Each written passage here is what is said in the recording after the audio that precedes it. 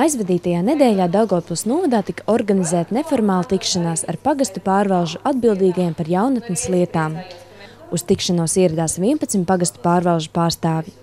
Tikšanās tika organizēta ar mērķi iepazīties savā starpā un apspriest esošo situāciju, kā arī apmainīties ar idejām par nākotnes aktivitātēm. Pirmkārt, es gribētu uzreiz visiem pateikties tiem cilvēciņiem, kuri bija atnākuši uz to tikšanos, tieši tiem jaunatnes darbiniekiem, jo mēs gribējām, lai uzreiz pie mums atnāk visi 19 atbildīgie, bet, laikam, diemžēl nesanāca, bet tie, kuri bija, tiem liels paldies.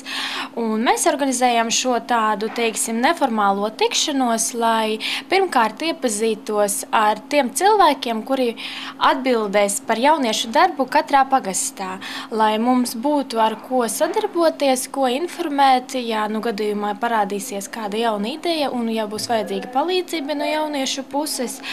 Un otrkārt, mēs gribējām pastāstīt par saviem, plāniem un nodomiem, ko mēs grasamies darīt un kādas interesantas idejas un projektus gribam realizēt.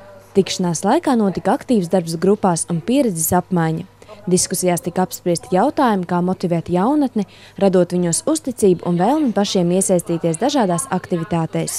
Mēs ar manu kolēģi Dainu Kriviņu, kura ir atbildīga par projektu rakstīšanu, esam ļoti apmierinātas ar tikšanas rezultātiem, jo visa informācija, kura tika iegūta tikšanas laikā, viņa noteikti būs apkopota, izvērtēta un ielikta arī jaunatnes politikas stratēģijas plānošanā, kuras aizstāvība ir gaidama maija sākumā.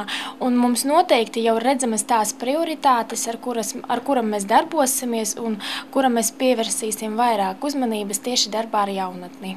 Jaunatnes lietu speciāliste Oļesja Aņišinice ir optimistiski noskaņota un norāda, ka jau šobrīd ir vairāk veiksmīgi pagasti, kuros notiek aktīva jauniešu dzīve, kā pozitīvu piemēru minot Ambeļu un Kalupes pagustus. Tas rada pārliecību, ka šādu aktivitāti varēs radīt visā novadā, un jaunieši būs motivēti palikt dzimtajā pusē un izmantot savu potenciālu. Es pati esmu jauniete, man pašai ir ļoti daudz draugu, kuri negrasās braukt ārzemēs, kuri izmanto visas piedāvātas iespējas, ko piedāvā gan projekti, gan arī pašvaldības, gan arī kādi jauniešu centri. Un mēs ļoti ceram, ka mums būs tā jauniešu vide, ar kuru strādāt un kura būs ļoti aktīva un piedalīsies visos pasākumos, un to visiem es arī gribu novēlēt. Esiet aktīvi, līdzdarbojieties, un tad mums būs ļoti jauka un skaista nākotne. Daugavpils novads ir tikai ceļa sākumā jaunatnes politikas ieviešanā. Nākotnes plānos ir nodrošināt, ka katrā pagastā ir atbildīgā persona darbam ar jaunatni, lai ikvienai personai vecumā no 13 līdz 25 gadiem tiktu sniegtas vienlīdzīgas iesaistīšanās iespējas.